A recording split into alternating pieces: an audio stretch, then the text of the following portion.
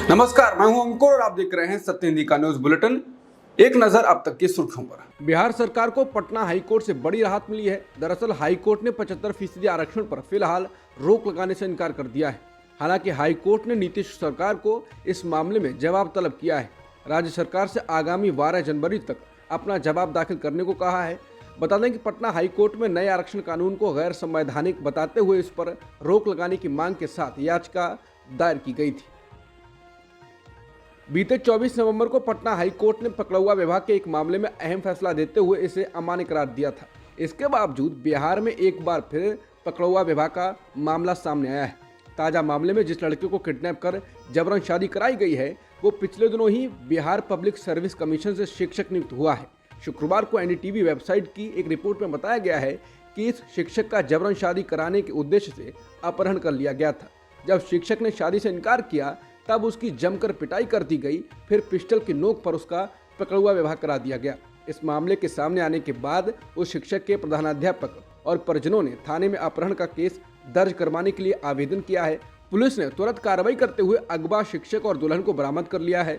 NDTV की report कहती है कि बीएएससी से नवनियुक्त शिक्षक गौतम की तैनाती बिहार के वैशाली जिले के पातीपुर थाना क्षेत्र के रेपुरा उत्कृमित मध्य विद्यालय में हुई है।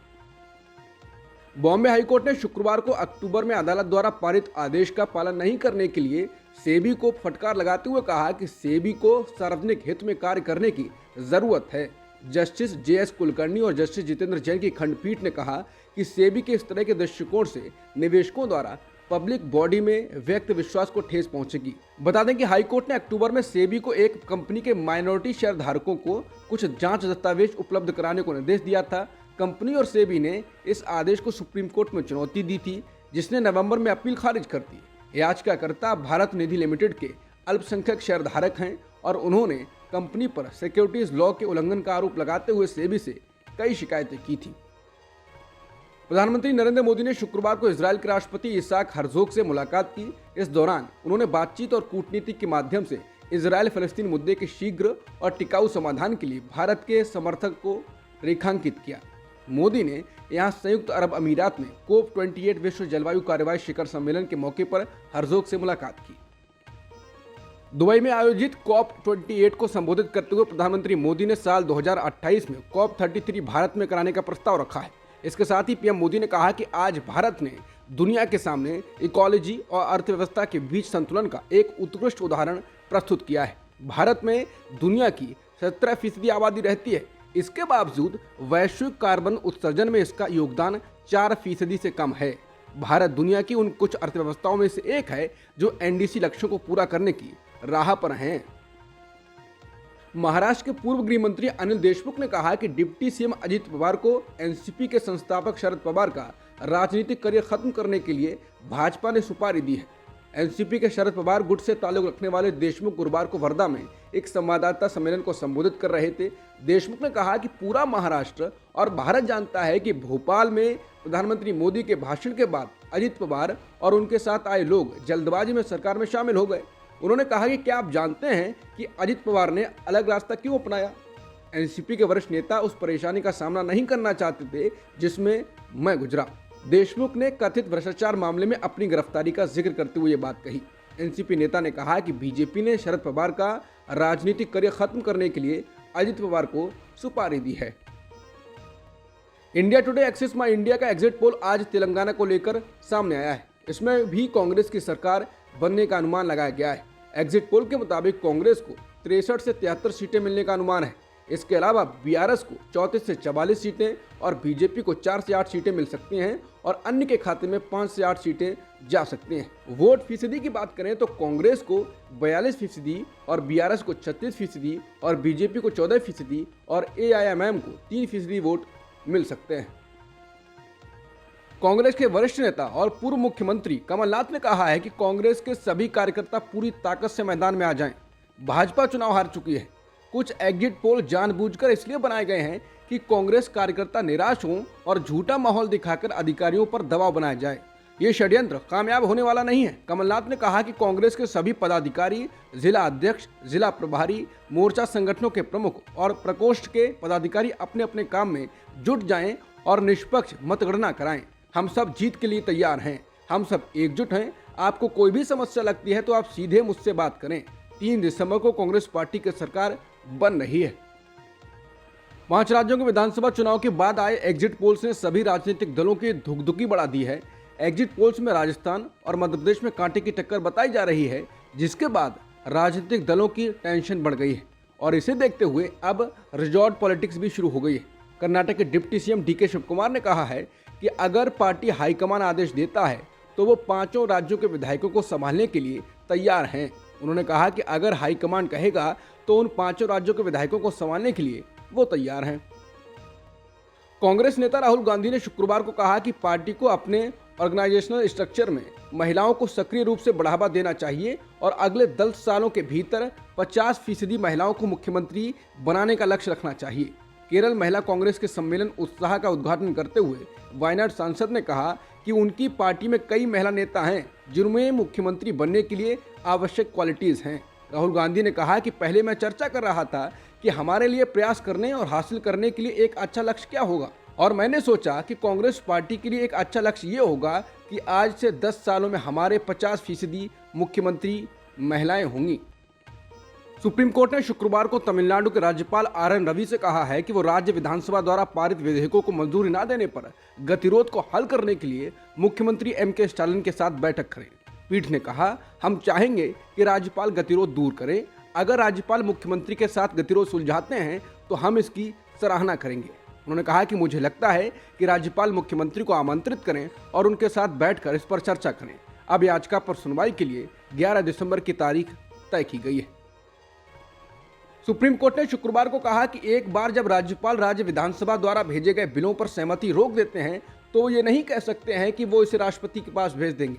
अदालत ने यह भी स्पष्ट किया कि एक बार जब राज्यपाल सहमति रोक देते हैं तो वो इसे हमेशा के लिए रोककर बिल को खत्म नहीं कर सकते।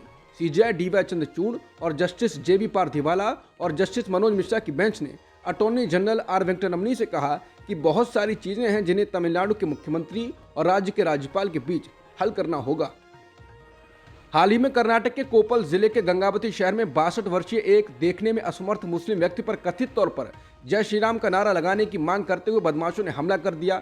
पीड़ित हुसैन ने गंगावती नगर पुलिस स्टेशन में अपनी शिकायत में कहा कि कुछ बाइक सवार बदमाशों ने उसे जबरन अपनी बाइक पर बैठाया, एक सुनसान जगह पर ले गए और उनके साथ मारपीट की। उन्होंने आरोप लगाया कि बदमाशों ने, जिनमें ज्यादातर युवा थे, 25 नवंबर की आधी रात को उनके साथ मारपीट करने के बाद उनके पैसे छीन लिए और उनकी दाढ़ी में आग लगा दी। शिकायत में हुसैन ने कहा कि युवकों ने न केवल उनके साथ दुर्व्यवहार किया बल्कि उनके समुदाय के खिलाफ अपमानजनक टिप्पणी की। उन्होंने मुझ पर बियर की बोतल से हमला किया और मेरे सिर को पत्थर से कुचलने की कोशिश कर रहे थे। पड़ोस के चरभाई मेरे बचाव में आ गए। हालांकि डेक्कन हेराल्ड के साथ बात करते हुए पुलिस अधिकारियों ने दावा किया है ये पैसे लूटने के लिए किया गया अपराध था। दिल्ली के मंत्री सौरभ भारद्वाज ने कहा कि बीजेपी जो मान रही थी कि तेलंगाना में उसके लिए दक्षिण का प्रवेश द्वार होगा, ऐसा नहीं हो रहा है। उन्होंने कहा कि उत्तर भारत के 3 राज्यों में एग्जिट पोल के नतीजे मिले जुले हैं। प्रधानमंत्री मोदी का जादू कम होता जा रहा है। तमिलनाडु में रिश्वत लेने और स्वीकार करने के आरोप में ईडी के एक अधिकारी को गिरफ्तार किया गया है। इस अधिकारी का नाम अंकित तिवारी बताया जा रहा है। इन्हें शुक्रवार को डिंडीगुल मुदुरै हाईवे से गिरफ्तार किया गया है। समाचार एजेंसी PTI के मुताबिक तमिलनाडु पुलिस ने इस अधिकारी को 20 लाख रुपए की रिश्वत लेते हुए रंगे हाथों गिरफ्तार किया है। अंकित तिवारी इससे पहले गुजरात और मध्य प्रदेश में ईडी में काम कर चुके हैं। रिपोर्टों के मुताबिक उन्हें डिंडीगुल में एक व्यक्ति से 20 लाख रुपए की रिश्वत लेते हुए गिरफ्तार किया गया। अंकित तिवारी के बारे में इस व्यक्ति ने तमिलनाडु पुलिस के सतर्कता और भ्रष्टाचार निरोधक निदेशालय से संपर्क किया था, जिसके बाद जाल बिछाकर तिवारी को गिरफ्तार कर लिया गया। रिश्वत के पैसे लेने के कुछ देर बाद सुबह 9 बजे तिवारी को उनकी गाड़ी से गिरफ्तार कर लिया गया। ये दक्षिण भारत में हाल के महीनों में केंद्रीय एजेंसी ईडी के किसी अधिकारी की गिरफ्तारी का पहला मामला है। इससे पहले राजस्थान और दिल्ली में ईडी के अधिकारी गिरफ्तार किए जा चुके हैं। देश के 5 राज्यों में कल विधानसभा चुनाव पूरा होते ही आज से LPG सिलेंडर के दाम बढ़ गए हैं। यह बढ़ोतरी 19 किलोग्राम वाले कमर्शियल गैस सिलेंडर पर हुई है और इसके रेट में 21 रुपए प्रति सिलेंडर का इजाफा किया गया है। आज 1 दिसंबर 2023 से आपको राजधानी दिल्ली में कमर्शियल गैस सिलेंडर के लिए 1796.50 रुपए चुकाने होंगे, जबकि इससे पिछले महीने एलपीजी गैस के दाम 1775.50 रुपए प्रति सिलेंडर पर थे। भारत के खिलाफ जहर उगलते रहने वाले खालिस्तानी आतंकवादी गुरपतवंत सिंह पन्नू की हत्या की कथित साजिश के मामले में अब अमेरिकी विदेश मंत्री एंटनी ब्लिंकन का बयान आया है। उन्होंने भारत की प्रतिक्रिया आने के बाद कहा है कि वो इस मामले को बेहद गंभीरता से लेते हैं। हालांकि इसके साथ ही उन्होंने भारत के साथ संबंधों का हवाला दिया और उन्होंने पन्नू की हत्या की कथित साजिश में भारत द्वारा शुरू की गई जांच का स्वागत किया।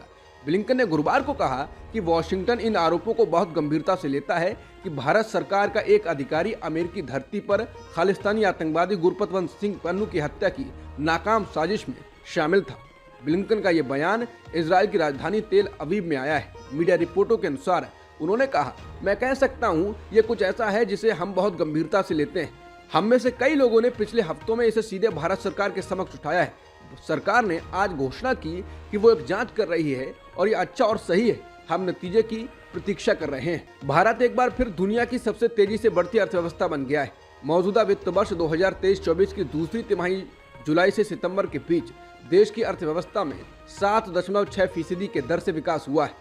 आरबीआई ने दूसरी तिमाही के लिए 6.5% जीडीपी रहने का अनुमान लगाया था, लेकिन वास्तविक आंकड़ों ने इस अनुमान से भी ज्यादा वृद्धि दर्ज की है। इसी वित्त वर्ष की पहली तिमाही अप्रैल से जून के दौरान जीडीपी 7.8% रही थी, जबकि वित्त वर्ष 2022-23 की दूसरी तिमाही में जीडीपी 6.2% थी। जुलाई सितंबर में भारत की जीडीपी दर ने चीन की 4.9% जीडीपी दर को पीछे छोड़ दिया। हमास और इजरायल के बीच युद्ध विराम समझौता खत्म हो गया है। इजरायल ने कहा है कि लड़ाई फिर से शुरू हो चुकी है। गुरुवार को हमास और इजरायल के बीच युद्ध विराम समझौते का 7वां दिन था। इसके बाद आज ये डील खत्म हो गई। डील के खत्म होने से कुछ समय पहले ही इजरायल ने कहा कि उसने गजा से दागे गए एक रॉकेट को मार गिराया। उम्मीद जताई जा रही थी कि युद्ध विराम आगे बढ़ सकता है। अमेरिका, कतर और मिस्र लगातार इसकी मध्यस्थता कर रहे थे, लेकिन ये डील और आगे नहीं बढ़ सकी। अब तक की सुर्खियों में इतना ही। बाकी खबरों के लिए बने रहिए सत्यहिंदी.com के साथ।